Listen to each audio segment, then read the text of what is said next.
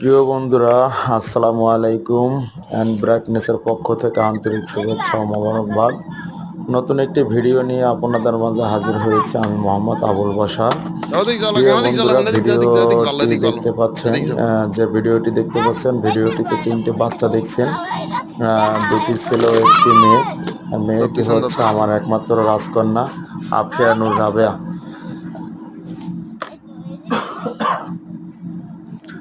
তার সাথে যে ছেলে দুটি হচ্ছে তারা হচ্ছে আমার ভাগনা আবু সালেম মোহাম্মদ জুনায়েদ বড়, আবু নোমান মোহাম্মদ সাবের ছোট।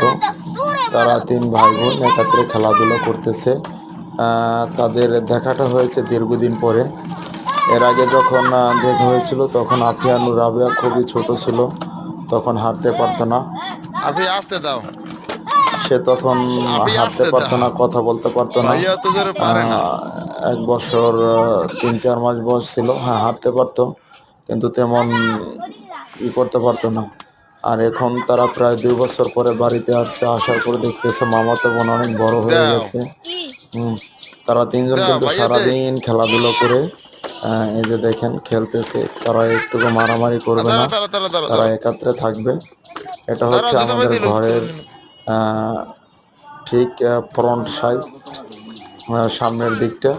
আমার ঘরের সামনে দিয়ে যে রোডটা গেছে, এই রোডে বসে তারা খেলাধুলা করতেছে।